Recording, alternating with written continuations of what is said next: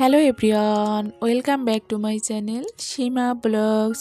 বন্ধুরা, আজকে আমি গ্যাসের চুলায় ওভেন ছাড়া একদম দোকানের মতো বিস্কুটের একটি রেসিপি আপনাদের সাথে শেয়ার করব। আশা করি রেসিপিটি সবার ভালো লাগবে। বিস্কুট হবে খাস্তা মুচমুচে।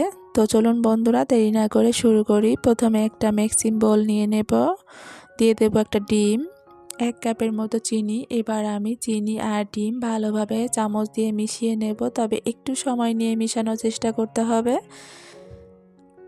যাতে করে চিনিটা ভালোভাবে গলে যায়। এবার আমি সাদা তেল দিয়ে দেব, তেল দিয়ে আবার আমি কিছু সময় কিন্তু মিশিয়ে নেব।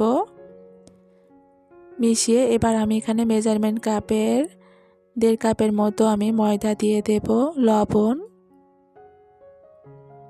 বেকিং পাউডার, সব কিছু দেওয়া হয়ে গেলে একটা ডো তৈরি করে নেব। আর একটা কথা আছে, এখানে আমি যেহেতু এখানে একটা ডিম দিয়েছি, বাট আপনাকে এখানে খুব হিসাব করে দিতে হবে। আমি ময়দাটা দিয়েছি, খুব হিসাব করে দিতে হবে, বেশি হলে কিন্তু ডোরটা ভালো হবে না। তো একদম পারফেক্ট ডোর হয়েছে। তো এবার আমি ওটা সাইড করে রেখে যে পাত্রে আমি বিস্কুট দেবো, ওই পাত্রে একটু তেল ব্রাশ করে নেব।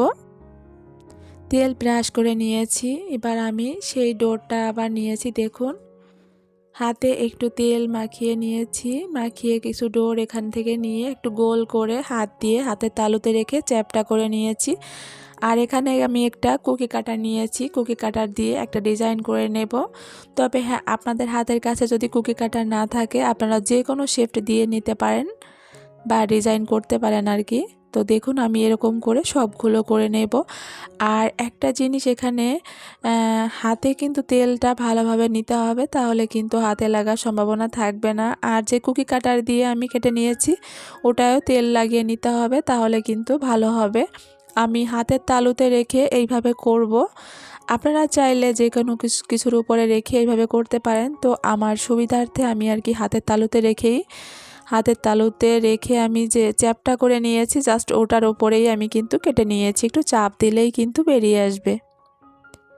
তো আপনাদের সবগুলো দেখিয়ে দিয়েছি কিভাবে আমি করছি। দেখুন বন্ধুরা, একটু খেয়াল করলে সবাই কিন্তু করতে পারবে। আর অনেকে কিন্তু কুকি কাটার চেনে না, যে কুকি কাটারটা কি। আপনারা যে কোনো দেখা যায় হাঁড়ি পাতিলের যে ভ্যারাইটিস আইটেম থাকে, যে ওই সবগুলায় গেলে কিন্তু আপনারা পেয়ে যাবেন কুকি কাটারগুলা। তো যাই হোক, আমার দেখুন করা হয়ে গিয়েছে। আমি সবগুলো এখানে এবার এক একটা করে করে ফাঁকা করে দিয়ে দেব।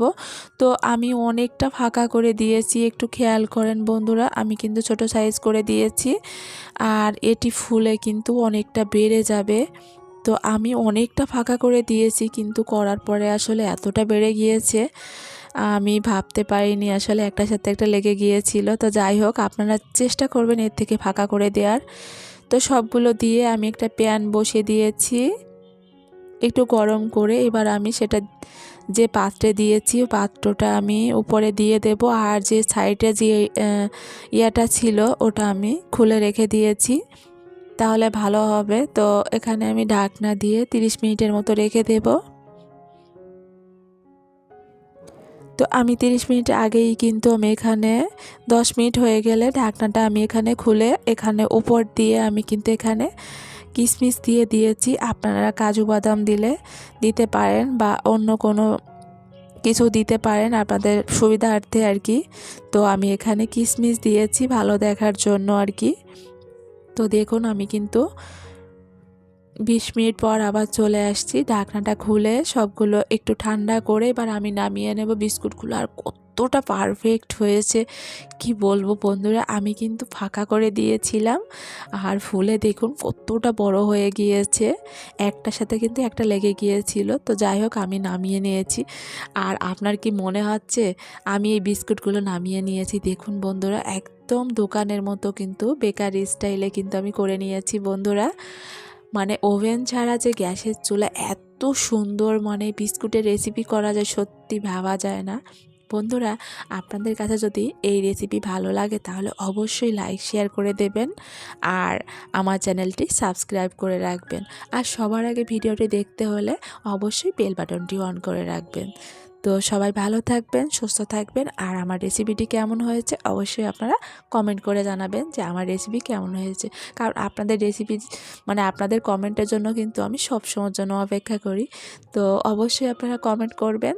তো আমি তার আগে একটা ভেঙে দেখাবো যে ভিতরটা কেমন হয়েছে। অনেকের অনেক প্রশ্ন থাকতে পারে মনে যে আসলে ভিতরটা কেমন হয়েছে। যেহেতু আমি গ্যাসের চুলায় করেছি, দেখুন ভিতরটা কতটা পারফেক্ট হয়েছে, একদম মুচমুচে, দারুণ বন্ধুরা। সত্যি আমার মনে হয় একবার হলেও এইভাবে ট্রাই করা উচিত প্রতিটা মানুষেরই। আমরা কিন্তু দোকান থেকে অনেক ধরনের বিস্কুট কিনে খাই, তো একবার বাসায় করে নেওয়াই ভালো। যে যদি একবার করেন আমার মনে হয় পুনরায় আবার করতে বাধ্য হবেন। তো সবাই ভালো থাকবেন, সুস্থ থাকবেন, দেখা হবে নতুন কোনো ভিডিওতে। টাটা।